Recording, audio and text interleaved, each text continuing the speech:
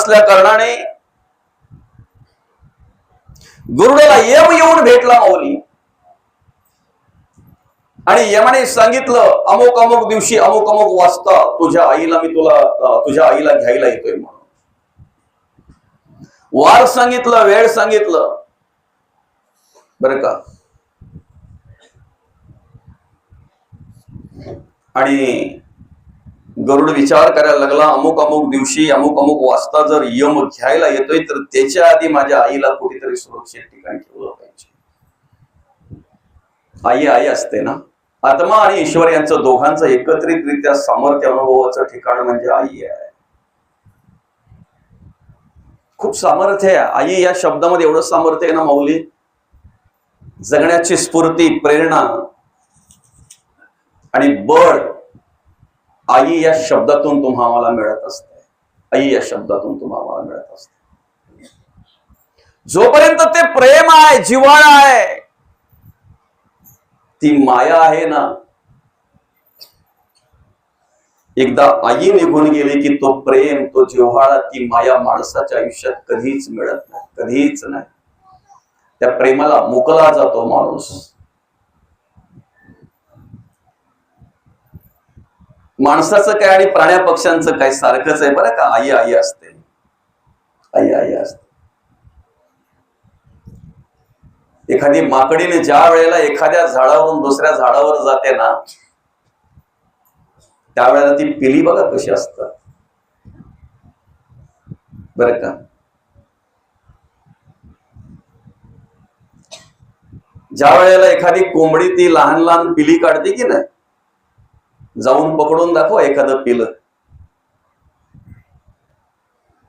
एखादा कावला जर त्या ठिकाणी एक टक लावून पाहत असेल ना त्याला उचलून नेण्याच्या दृष्टीने, तर त्यावेळेला त्या आईला कळल्याबरोबर ती कोंबडी वेगळ्या प्रकारचा आवाज करते आणि तो वेगळ्या प्रकारचा आवाज केल्याबरोबर सगळी इकडे तिकडे दाना वेचत असलेली पिली जवळ येतात. आई पंखाखाली घेते ती कोंबडी.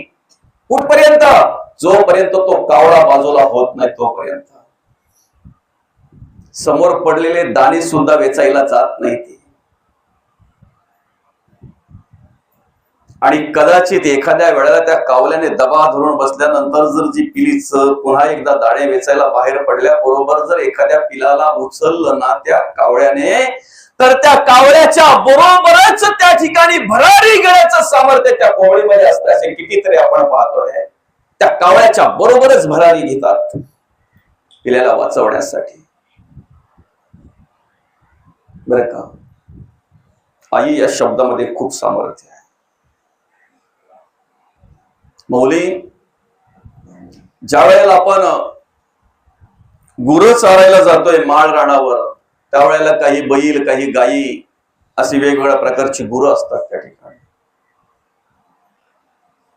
मी स्वतः बघितलेलं असं आहे की गुराची त्या गायीला अडवतोय, ती गाय पळायला पाहते, घराच्या दिशेने निघायला पाहते, तो गुराची अडवतोय, कारण त्याला माहितीये चरली पाहिजे, चारा घेतला पाहिजे. भुकेलेली घरी जाऊन काय करणार आहे? थांबत नाही ती, काही केल्या थांबत नाही. शेवटी त्या गुराख्याचा डोळा चुकून ती पळालीच. कुठपर्यंत? गोठ्यात आल्यानंतर ते वासरू हंबरत होतं ना, त्या वासराच्या जवळ आल्यानंतर ज्या वेळेला तिच्या कासेला ते वासरू लागलं ना, तेव्हा ती स्थिर झाली, शांत झाली. तिच्या भुकेचं काही नाहीये, पण एवढ्या लांबवर माळ रानावर तिला कळलं माझा वासरू भुकेलेला आहे, त्या ठिकाणी हंबरतय. एवढ्या लांबवर माळ रानावर असताना तिला समजलं की गोठ्यामध्ये माझं वासरू तिथे भुकेलेलं आहे, हंबरतय. प्रत्येकाचं प्रेम तेवढंच असतंय, प्राण्या पक्षाचं सुद्धा आपल्या आईवर. तसं त्या गरुडाला वाटलं की यमाला येण्याच्या आधी आईला कुठेतरी सुरक्षित ठिकाणी ठेवली पाहिजे, नेली पाहिजे, कुठेतरी सुरक्षित माझी आई राहिली पाहिजे. कारण मला आईच्या आशीर्वादाची गरज आहे, मला आईच्या प्रेमाची गरज आहे बरं का. आणि काय झालं, त्या गरुडाने आपल्या आईला घेतली आणि भगवान विष्णूच्या दरबारामध्ये प्रवेशद्वाराच्या वरती निवडून ठेवली आणि सांगितलं, आई बरं का, सगळ्यात सुरक्षित जागा जर असेल तर हीच, सगळ्यात सुरक्षित जागा बरं का. तुला अनेक देव ऋषी साधू मुनी सगळे पाहायला मिळतील. भगवंताच्या दर्शनाला जे जे येतील ना त्यांचं दर्शनही तुला होईल. शांत बस, निवांत बस, भगवंताचं नामस्मरण करत बस.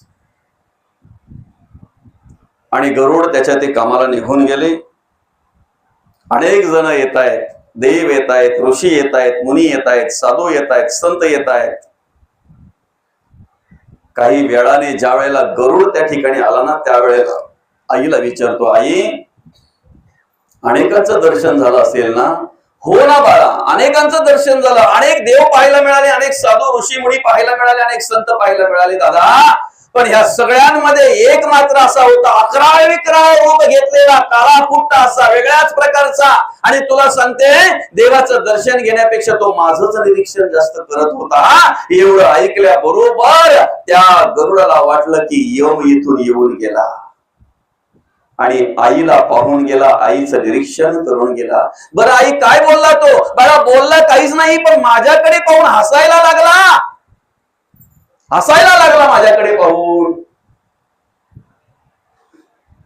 आणि त्याच वेळेला त्या गरुडाने त्या आईला तिथून उचलली, लांब वर नेली, लांब वर नेली, अभयारण्यात नेली, लांब वर अभयारण्यात नेले, जिथे कोणीही नाही, जिथे काही नाही अशा ठिकाणी त्या अभयारण्यात नेल्यानंतर एका भल्या मोठ्या जुनाट झाडाच्या त्या पोकळीमध्ये त्या आईला ठेवली. आणि तिकडे आईला ठेवून बऱ्याच वेळानंतर इकडे भगवान विष्णूंच्या दरबारात आल्यानंतर पहिलंच दर्शन झालं त्याला यमाचं. त्या ठिकाणी यम त्या गरुडाकडे पाहून हसायला लागला. गरुड विचार करतोय, वास्तविक याने टेन्शन मध्ये यायला पाहिजेत होतं, याने विचारग्रस्त व्हायला पाहिजेत होतं, पण तसं न होता हा माझ्याकडे पाहून हसतोय. विचारलं त्याला, का रे बाबा का हसतोय का तू? काल माझ्या आईकडे पाहून हसत होता, ठीक आहे, कारण आई तुला समोर दिसत होती, पण आता तू काय कोणीही जरी असलं तरी सुद्धा माझी आई भेटू शकत नाही, अशा ठिकाणी मी निर्जन ठिकाणी नेऊन ठेवलेली आईला. आता का हसतोय तू? त्या गरुडाने सांगितलं, काल मी तुझ्या आईकडे पाहून हसलो यासाठी की ही जागाच नव्हती आईला मृत्यू येण्याची. मी विचार करत होतो, इथेच जर ही माय माऊली राहिली तर हिचा ज्या ठिकाणी मृत्यू आहे त्या ठिकाणी पोहोचेल कशी? आणि ज्या ठिकाणी मृत्यू लिहिलेला आहे, सांगितलेले त्या ठिकाणी जर पोहोचली नाही तर हिला मी घेऊन जाऊ कसा? ह्याच विचाराने मी विचारग्रस्त होतो, पण स्मित हास्य हसून बघितलं मी तिच्याकडे. ह्याच गोष्टीचा मला हसू येत होता. ठीक आहे, मग आता का हसतोयस? त्यावेळेला सांगितलं ते यमाने, दादा ज्या अभयारण्यामध्ये ज्या झाडाच्या पोकळीमध्ये तुझ्या आईचा मृत्यू लिहिलेला होता ना, मला काहीही न करता तू स्वतः नेऊन त्या ठिकाणी ठेवलीस, जाऊन बघ तुझी आई गेलेली आहे. पर्याय शोधू नका. मृत्यूच्या पुढे पर्याय नाही, बदली माणूस नाही, काही चालत नाही माऊली. धन संपत्ती दौलत काही असू द्या, तुमचं ज्ञान, तुमचं पांडित्य, तुमची हुशारकी सगळं शून्य आहे, सगळं शून्य आहे.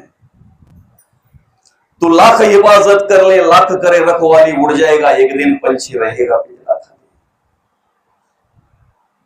आज आम्ही एकमेकावर प्रेम करतोय, एकमेकाला जीव लावतोय, एकमेकाविषयी आमच्या अंतःकरणामध्ये ममत्व निर्माण होते, आसक्ती निर्माण होते. मुली काय पाहून?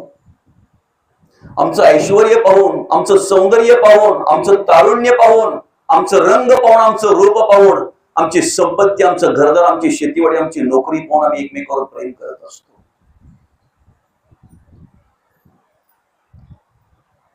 आपण प्रेम करतोय एकमेकाला. मित्र, जीवलग मित्र, जीवाला जीव देणारे मित्र तेव्हाच तयार होतात ज्या वेळेला एकमेकाच्या मनाप्रमाणे घडतंय. त्या वेळेला एकदा मनाविरुद्ध झालं ना की जीवाला जीव देणारे मित्र सुद्धा एकमेकाचे वैरी झाल्याशिवाय राहत नाहीत. आमचं तारुण्य, आमचं ऐश्वर्य, संपत्ती, आमचं सौंदर्य, आमची सुंदरता पाहून आम्ही एकमेकावर प्रेम करत असतो. पण आमचं काहीही न पाहता आमच्यावर प्रेम करणारं ह्या जगातलं जर कोणी असेल तर पहिले देव, दुसरे संत आणि तिसरे आई वडील. याच्या व्यतिरिक्त कोणीही नाही. याच्या व्यतिरिक्त भ्रम. बरं का. पाणी पडून गेलं का एखादा इकडे? आलाच नाही. आमच्यासारखंच तुमचं पण आहे. आमच्याकडे पण तो आलाच नाही. तिकडे शहापूरला पडला, इकडे मुरबाडच्या पण काही भागामध्ये पडला नाही का. असू द्या, तुळईवाले आणि उशीदवाले जवळजवळ बरोबरच आहे असं म्हणायला हरकत नाही. असो, काही ठिकाणी माऊली बऱ्यापैकी पाऊस पडला, काहींनी उखलन सुद्धा केली, म्हणजे शेती उखलली सुद्धा. बरं का, मला सांगायचं एवढंच आहे की शेती उखलण्यासाठी त्या शेतकऱ्याने नवीन ट्रॅक्टर घेतला माऊली, नवीन ट्रॅक्टर घेतला, रोख पैसे देऊन नवीन ट्रॅक्टर घेतला. एक दिवस बऱ्यापैकी चालला तो, दुसऱ्या दिवसापासून गुरगुर गुरगुर करायला लागला. काही तो बरेच काही प्रॉब्लेम्स यायला लागले त्याच्यामध्ये. 2-3 दिवस प्रयत्न केले त्याने, नवीन आहे म्हणून असं करत असेल. 2-4 दिवस झाले त्याचं काही तो प्रॉब्लेम सॉल्व्ह होत नाही, काही व्यवस्थित तो काही काम देत नाही. शेतातच बंद पडतोय, अर्ध्यावरच बंद पडतोय. मला सांगा, नवीन ट्रॅक्टर घेतलेला आहे, रोख पैसे मोजलेले आहेत, आणि असा जर तो ट्रॅक्टर ज्या कामानिमित्त आणलेला आहे ते काम जर करत नसेल तर तो मालक तो ट्रॅक्टर ठेवील का? ठेवील? लगेच त्या जिथून आणलेला त्यांना त्या डीलरला फोन केला, त्याला सांगितला जसा आहे तसा घेऊन जा आणि मला नवीन दे, दुसरा दे, हा मला नाही पाहिजे. ज्या कामासाठी आम्ही जे उपकरण आणलंय ते काम जर त्या उपकरणाने केलं नाही तर एक दिवसही आम्ही ते उपकरण आमच्याकडे ठेवत नाही. ह्या नरदेह भगवंताने ज्या कामासाठी दिलेला आहे, हा मनुष्य ज्या कामासाठी भगवंताने दिलेला आहे, काम न करताही देवाने ठेवलंय, हे आमचं महत्वाचं आहे. देवाचं कार्य, धर्माचं कार्य, देशाचं कार्य नीतिमत्तेने जगावं, धर्म कार्य करावं, जनसेवा करावी, समाजसेवा करावी आणि देवासारखं जगावं, यासाठी आम्हाला हा भगवंताने नरदेह दिलेला आहे, मनुष्य देह दिलेला आहे. मनुष्य देह म्हणजे मुक्तीचा मार्ग आहे, मोक्षाचा मार्ग आहे. 83,99,999 योनीतून मुक्त होण्याचा मार्ग जर कुठला असेल तर हा नरदेह आहे.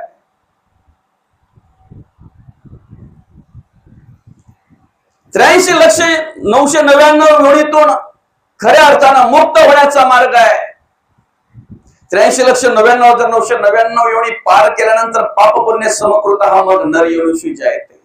हा नरदेह आम्हाला मिळालेला आहे भगवंताच्या कृपेने.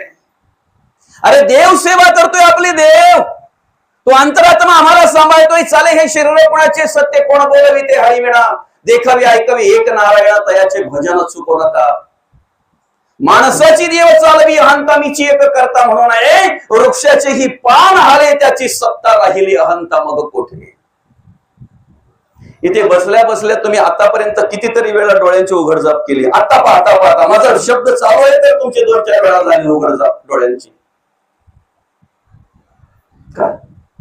काही त्रास आहे का? काही कष्ट करावे लागतात का? काही ठरवावं लागतंय का? चला आता मला डोळ्यांची उघडझाप करायची. सहज होते ना माऊली, सहज होते ना.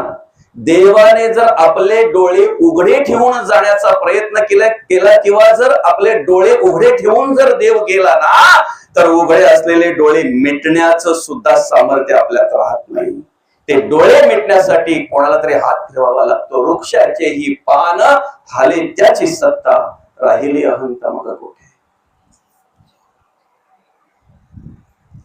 देवाची पूजा करणाऱ्यांना देव सांभाळतोय, देवाची सेवा करणाऱ्यांना देव सांभाळतोय, देवाचं नामस्मरण करणाऱ्यांना जो देव सांभाळतोय ना, तोच देव नास्तिकांना सुद्धा देव नाहीच आहे म्हणणाऱ्यांना सुद्धा तोच देव सांभाळतोय. हे विसरता कामा नये. आपला विषय आहे, तुमचं प्रेम पाहत नाही, तुमचं तारुण्य पाहत नाही, तुमचा पैसा, अडका, संपत्ती, धन दौलत, तुमचं ज्ञान, तुमची बुद्धी काहीही न पाहता जेवढा काळ तुम्हाला आयुष्य दिलेला आहे तेवढा काळ सांभाळायचं काम भगवंत करतोय, देव करतोय. तेवढा काळ सांभाळायचं काम देव करतोय.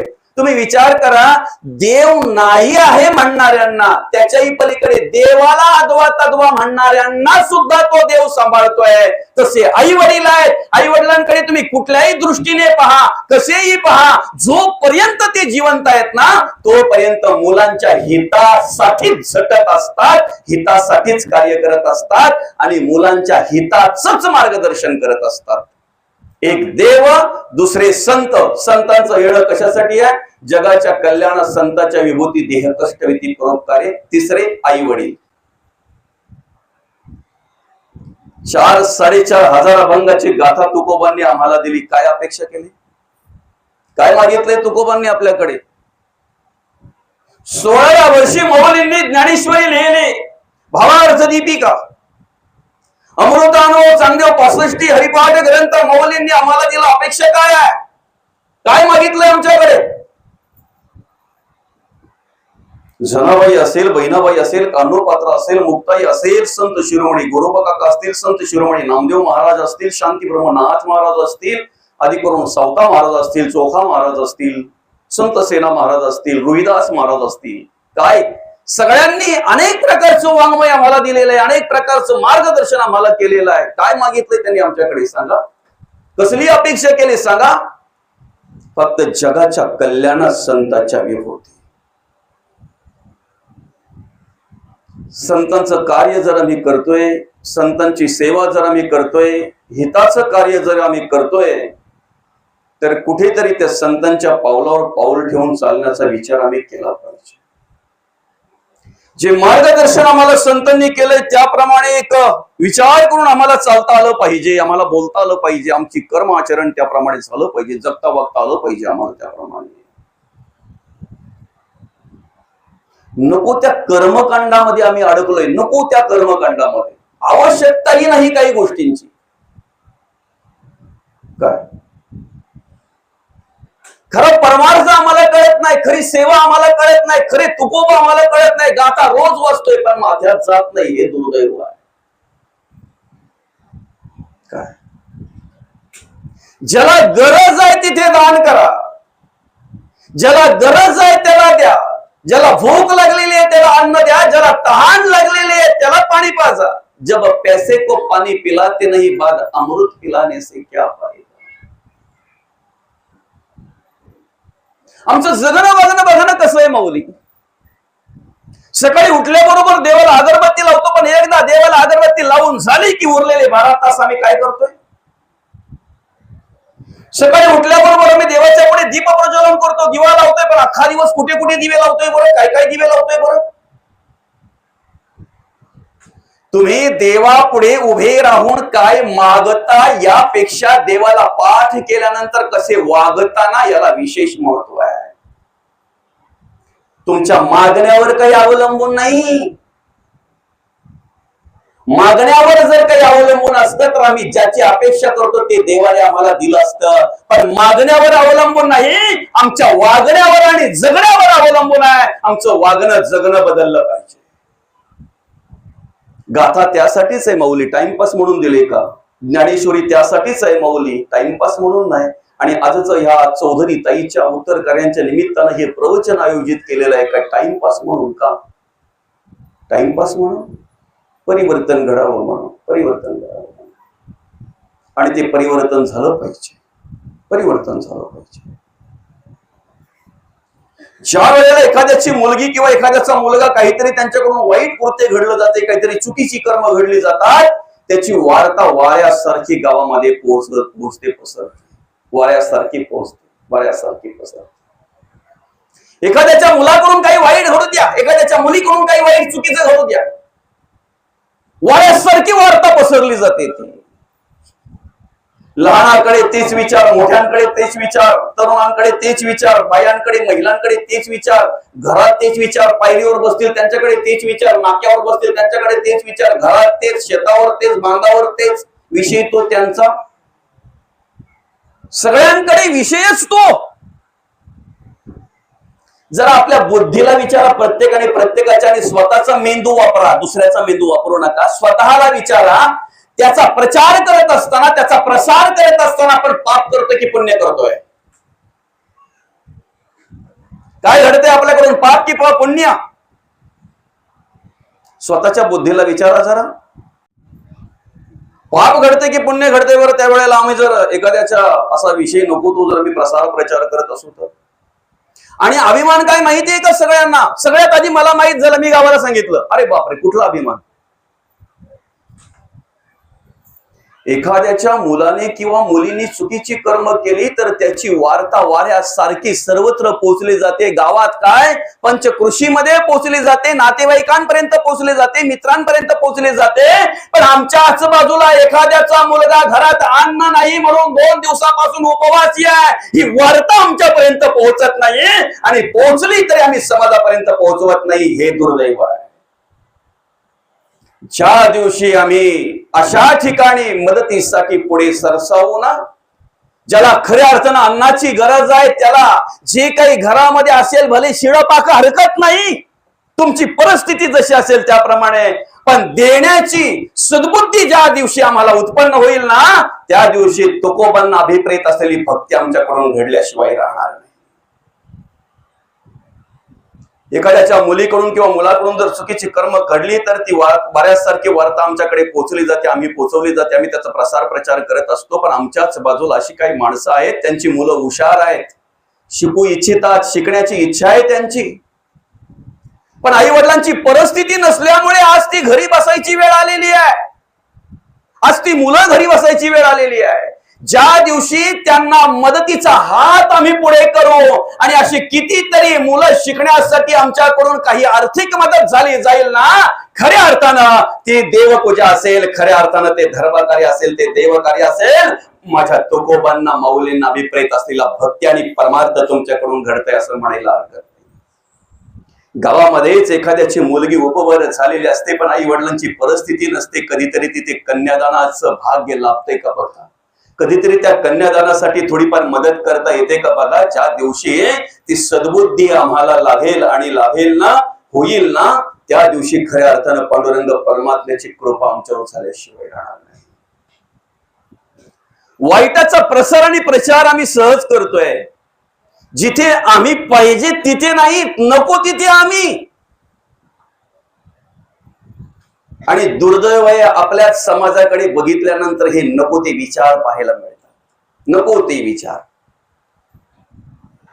हे मोठमोठे जे वाढदिवस साजरे झाले जातात, हे कुठल्या समाजातल्या मुलांचे, तरुणांचे, नेत्यांचे मोठमोठे वाढदिवस, तर त्या कोणाचे? आपलेच बहुजन. मोठ्या हळदी, बापरे, तशा हळदी म्हणजे अख्ख्या मुरबाड तालुक्यात नाही, कशा पिंपो ठेवले होते. पाप का पुण्य? आणि अभिमान कसला असावा? 40 कापली. अरे आमच्या संसाराला सुरुवात करत असताना जर 40-40, 50-50 प्राण्यांचा आणि कित्येक पक्ष्यांचा जर जीव घेऊन आम्ही सुरुवात करत असू, तरी आम्ही पाप करतोय की पुण्य करतोय याचा विचार आम्ही करायला हवा. धर्माची व्याख्या सोपी सांगितली साने गुरुजींनी. खरा तो एकची धर्म, जगाला प्रेम अर्पावे, जगाला प्रेम अर्पावे. बघा जरा, प्रेम अर्पण करता येतो का? जे तुम्हाला आवडतंय ते इतरांना द्या, याला धर्म म्हणतात बरं का. जे तुम्हाला आवडतंय ना ते इतरांना द्या, याला धर्म म्हणतात. ज्या वेळेला माणूस धडधकट असतो, खायची इच्छा करतो, त्यावेळेला कधीतरी त्यांनी घरामध्ये अपेक्षा व्यक्त केली, पोरांनो मला सफरचंद खायची इच्छा झाली, त्याला ऐकवतात, म्हातारपणी तरी काय हवा होणार, खाव धरली. एखाद्या आजीने जर कधीतरी इच्छा केली की बाळा, अरे तू बाजारात चाललाय ना, येताना गुलाबजाम घेऊन ये रे, ह्या अवस्थेत तरी, ह्या म्हातारपणी तरी कशाला तुम्हाला हवा खावना, नको त्याची आठवण यायला पाहिजे, आहे त्या खा ना. तोच माणूस जेव्हा हॉस्पिटलमध्ये जातोय आणि डॉक्टर सांगतात आता याला खाय प्यायला घाला, तर त्या खरंय की गोट आहे. ज्या वेळेला पचत नाही त्या टायमाला सफरचंदच्या पिशव्या तिथं, ज्या वेळेला खाता येत नाही त्यावेळेला गुलाबजामची पाकिट तिथं. ही शायनिंग आहे का प्रत्यक्ष सेवा आहे सांगा बरं? आम्ही बारशाला मदत करतोय, आम्ही वाढदिवसाला मदत करतोय, आम्ही लग्नाला आहेर करतोय, अरे करा ना, करू नये का? ज्या ठिकाणी दुःखद कार्य घडलं जातंय, एखाद्या दुःखद प्रसंग घडला जातो, त्या ठिकाणी काय योगदान आहे तुमचं? काय आहे आजचं? काय आहे? येणार, त्यांना भेटणार, त्यांना नमस्कार करणार, निघून जाणार. समाजामध्ये कार्य करत असताना एक अंतःकरणापासून खऱ्या अर्थानं दुःख वाटतं एका गोष्टीचं. आम्ही जर आमचा वाढदिवस साजरा